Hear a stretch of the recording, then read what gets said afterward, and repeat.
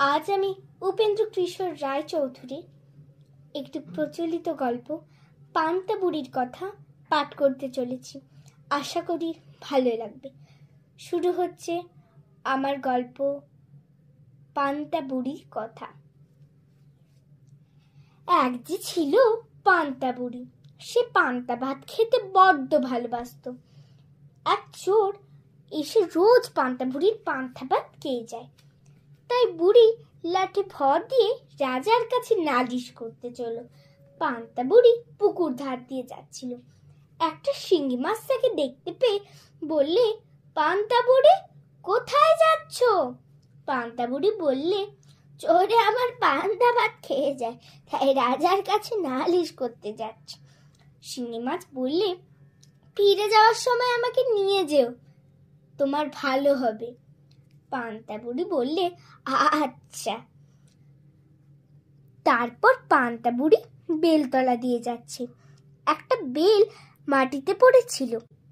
সে বললে, পান্তা বুড়ি, কোথায় যাচ্ছ? পান্তা বুড়ি বললে, চোরে আমার পান্তা ভাত খেয়ে যায়, তাই রাজার কাছে নালিশ করতে যাচ্ছি। বেল বললে, ফিরে যাবার সময় আমাকে নিয়ে যেও, দেখবে তোমার খুব ভালো হবে। পান্তা বুড়ি বললে, আচ্ছা। তারপর পান্তা বুড়ি পথের ধারে খানিকটা গোবর দেখতে পেলে। গোবর বললে, পান্তা বুড়ি, কোথায় যাচ্ছ? পান্তা বুড়ি বললে, চোরে আমার পান্তা ভাত খেয়ে যায়, তাই রাজার কাছে নালিশ করতে যাচ্ছে। গোবর বললে, ফিরে যাওয়ার সময় আমাকে নিয়ে যেও, তোমার ভালো হবে। পান্তা বুড়ি বললে, আচ্ছা। তারপর খানিক দূর গিয়ে পান্তা বুড়ি দেখলে পথের ধারে একখানা খুর পড়ে রয়েছে। খুর বললে, পান্তা বুড়ি, কোথায় যাচ্ছ? পান্তা বুড়ি বললে, চোরে আমার পান্তা ভাত খেয়ে যায়, তাই রাজার কাছে নালিশ করতে যাচ্ছে। খুর বললে, ফিরে যাওয়ার সময় আমাকে নিয়ে যেও, তোমার ভালো হবে। পান্তা বুড়ি বললে, আচ্ছা। তারপর পান্তা বুড়ি রাজার বাড়ি গিয়ে দেখলে রাজা মশাই বাড়িতে নেই। কাজেই সে আর নালিশ করতে পেল না। বাড়ি ফিরবার সময় তার কথা মতো খুর, গোবর, বেল আর শিঙি মাছের কথা মনে পড়ল। সে সাদের সকলকে তার থলেই করে নিয়ে এলো। পান্তা বুড়ি যখন বাড়ির আঙিনায় এসেছে, তখন খুর তাকে বললে, আমাকে ঘাসের উপর রেখে দাও।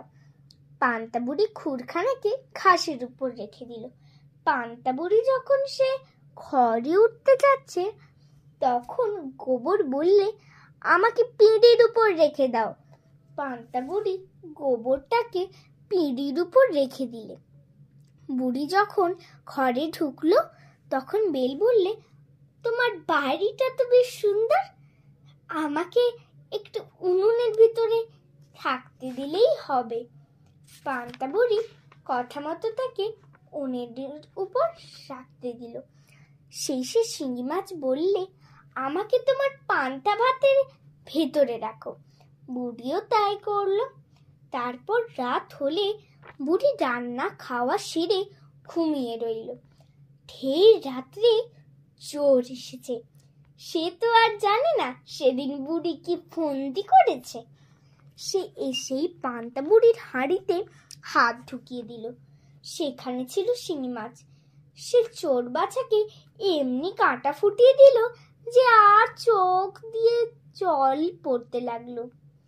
শিঙি মাছের খোঁচা খেয়ে চোর কাঁদতে কাঁদতে উনুনের কাছে গেল। তার ভেতরে ছিল বেল। চোর যেই আঙুলে দাঁত দেবার জন্য উনুনের হাত দিয়ে ঢুকিয়েছে, অমনি পটাশ করে বেল ফেটে গেল। তার চোখে মুখে ভয়ানক লাগলো।